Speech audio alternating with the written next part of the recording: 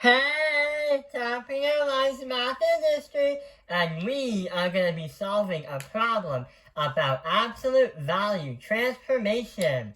So we've been doing a lot about graphs, and we've been trying to experiment with these kind of graphs where you have to move a line to another place on the graph. But what we're going to do is, hey, a problem. So it looks like that is supposed to be our problem, and we're supposed to show that on a graph. And notice how we have hx as a function equals 1/2 of those crazy absolute value bars, x minus 2 plus 3. So what we're going to do is step by step solve this out on this video. So we notice that there are absolute value bars, right? Well, before we get started, we have to understand that there are two ratio tables, because trying to guess and check on a graph is actually a really terrible idea. Well, one, it takes a long time, and two, it wastes a lot of paper. So we only have the one graph right over here. So how are we gonna do that? Well, we already have the ratio tables, and we already know what we're gonna put for x and y. Well, we do understand that when you saw the so-called absolute value bars right over here, you had a feeling that it does remind you of something. It reminds you of the idea of the absolute value bars of x. So we're going to say that this is the g of x equals x in absolute value bars. If you normally do this, the good idea is to try to use numbers you know, like -2, -1, 0, 1, and 2. But what else can you do is you can, hey, we have a fancy O, or a fancy letter 0, or number 0. Is 2, 1, 0, 1, 2. So if you try to graph out the so-called x in absolute value bars, it's going to happen when you graph it onto here. And you do realize that when we graph it on this graph, that's going to be like the standard start line of where the thing's going to go. That whole equation above there is trying to tell you where to move that original picture on the graph to another spot is. What the problem is saying is, if I had x and absolute value bars pictured here, I need to move that somewhere around the graph using those directions up there. What would it look like right over here?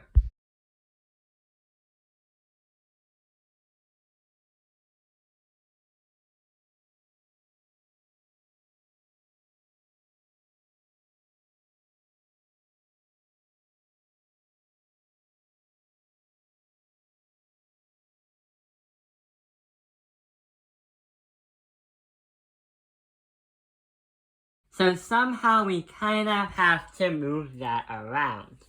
Well, if you took a look at the directions, remember how the directions looked like equals 1/2 absolute value bars x minus 2 absolute value bar plus 3? Well, that does remind me of another thing that we took a look at in another video. It reminds me of this thing right over here, the directions and row signs, where you have an a times the function of x minus your c plus d. So the c makes it move right or left on the graph. The d helps it move up or down. And the letter a represents to scale the object and reflect it on the graph. So going from here, these are absolute value bars. They're not parentheses, but they act as if they were parentheses in this case scenario. So here's what we're supposed to be doing. The part inside the absolute value bars is just going to be for x. So what we're going to do is we're going to have x, then, x plus the 2. The reason why is because since we have a minus, when you have a minus and a minus, it becomes a positive. But since we have a minus in there, that means whatever you did is you add by 2. So that's going to be right over here. So in reality, we are going to the right. But what about here and here? we have y 1/2 and 3. We can create the problem or the equation y 1/2 of your y plus 3, and then solve it out. So we just simplified what to do for x and y to move all this stuff into that stuff. And these equations we're not going to solve, but help us understand what the ratio table will look like, but also what the so-called graph and the strange direction should look like. So let's see what happens. -2 plus 2 should equal, 0. Not very helpful, but it is helpful at the same time. What about for the y? So 2, 1/2 of 2 is 1, plus 3 is 4.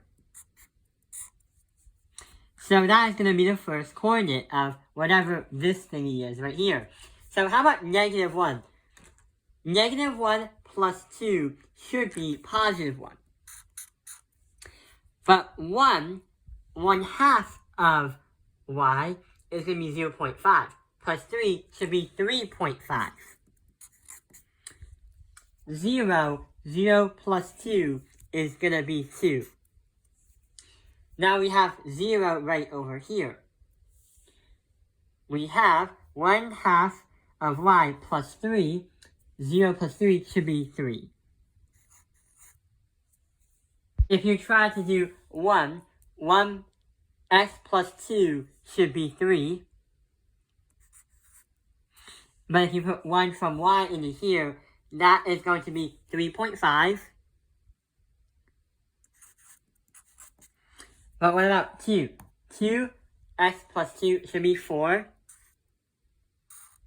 And here's another 2. That's 1/2. That should also be 4. So this is the ratio table for what it should look like after you dump these two directions for here for x, but also this one for y. So we have the ratio table, and let's see what happens when we try to graph it all out. I'm going to skip me doing the graphing because I think it'll take a lot longer than expected, and it'll be a bit boring to just see me do all the scribble scrabbles. So here is what the graph should look like. The points are here, here, here, here, and here. It does make sense that the points are very close to each other because we used points that are close to each other originally, but we also realized that it's going to be 1/2, which means there's going to be a vertical idea. There's going to be a vertical stretch, but it kind of makes the thing open a little bit more.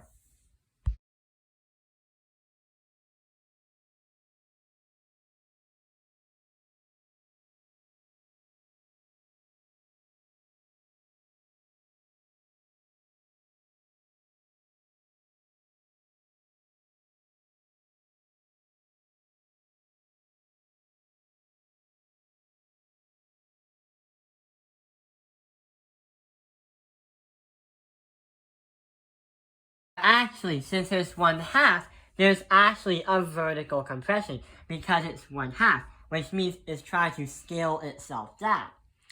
This is not to scale, but since I was using a large Sharpie, it's the best I could do. So yeah, that understands and concludes how we can do absolute value with transformations. I hope this video has helped you understand absolute value with transformations. Thank you for watching Top Finger Line's Math Industry. Like and subscribe.